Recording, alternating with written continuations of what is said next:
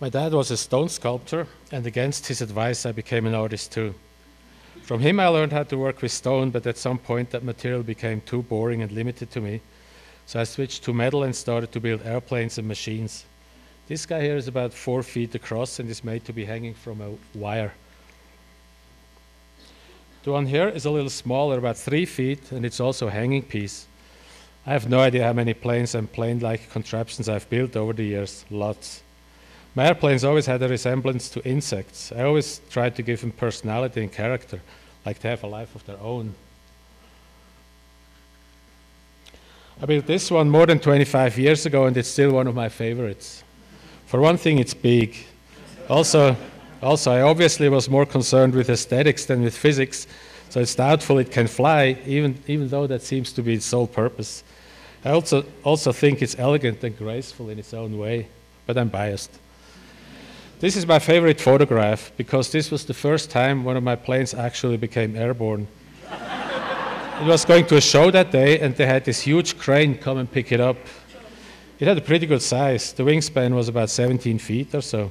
It just looked too cool up in the air, and I totally loved it. In '94, I moved from Europe to Taos.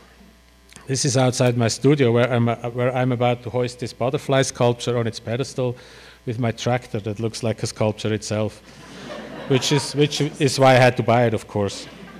This is actually my first big metal sculpture I ever built, and I brought it with me from Europe for sentimental reasons.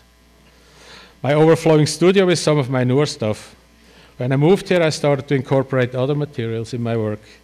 I'm still building a lot of flying contraptions, but now I'm adding bones and skulls. I really like the juxtaposition of the two.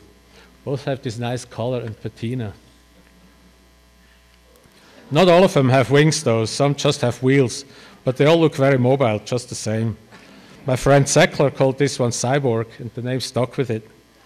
By the way, I don't usually fabricate all the metal parts. I like to use all the rusty parts from farming equipment and machinery that I've been collecting over the years.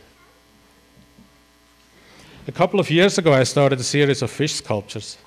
The first ones had sheet metal bodies, and the heads are animal skulls. I'd use rib bones for the fins and spines. This here is a catfish, its head belonging to a deceased cat, obviously, and the body is made from canvas. Really nice combination of materials, I think. So I decided to build a bigger fish with a canvas body.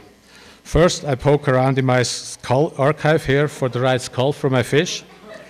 Sometimes I reassemble skulls. For example, I attach a cow's lower jaw to a horse's upper jaw, and the resulting overbite is usually quite charming. Since I'm going to use a somewhat elaborate construction for the canvas, I can't just wing it like I usually do. So first I make a sketch to get the proportions the way I want them. I like a proper composition, having been classically trained after all. The sketches are not usually this elaborate, but I felt like polishing this one a bit. The skull is cleaned and bleached, and after bolting and gluing some loose parts together, is ready to go. Following the outlines of my drawing, I start by welding the basic construction for the body structure and attach it to the skull. I have developed some surgical skills for that, using Bondo, epoxy, and clamps. The fins are next.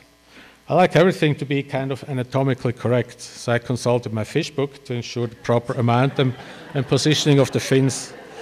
Next, I'm going to cut cardboard templates according to my layout here, and then use the templates to cut the fins out of sheet metal.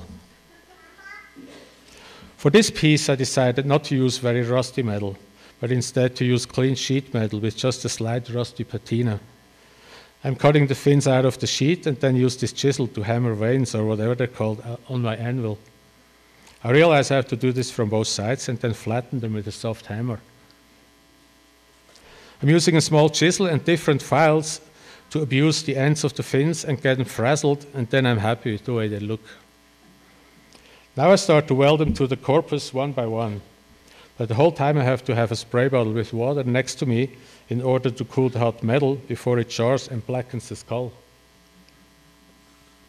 Up to this point, while I was working on the piece, I had it clamped in a vise, but now I have to be able to move it around in my studio, so it's time to mount it on its stand. Sometimes I make my pieces to hang from a ceiling, or they're mounted on short pedestals, or if they have wheels, they just sit there. The concept for this one, though, is a tall stand of the floor. Now all the fins except the ones on the side are attached to the body, as well as the metal bones that form the rib cage, so to speak. I've learned a couple of things when I made the first canvas fish. For example, I'm using rusty metal for the ribs, and that's going to stain the canvas from the inside when I bleach it. So I have to varnish all the parts that will touch the canvas. Also have to figure out in advance where and how I'm going to attach and stretch the canvas over the body. I have to make sure I have a continuous seam for gluing the canvas, and also I don't want the edge of the canvas showing, so I weld strips of metal along the top and bottom and along the fins. Now comes the tricky part. It's not like stretching a canvas for a painting. I have to stretch it over a bulging surface, and I don't want any wrinkles visible. I realize I'll have to cut the canvas somewhere, so inch by inch I stretch and glue and stretch and glue, and finally manage to have no wrinkles and the cut where it's not visible, and I'm very proud of myself. Now to the final touches. The skull needs some minor cosmetic surgery, like a nose job and some staples, and then I bleach the canvas, which stretches it tightly over the rib cage, stain it a bit, bleach it again, bleach it one more time, until the parchment looks the way I want it. Then I varnish it, and voila. And I look at the finished piece, and I have this reoccurring thought. What is it with this shit-kicking grin that they all have? Why is it that the final facial expression is not one of sadness and sorrow, but instead of gleeful, sardonic joy? Do they know something that we don't? And I can't help but wonder, is this existence just one big cosmic joke? Thank you.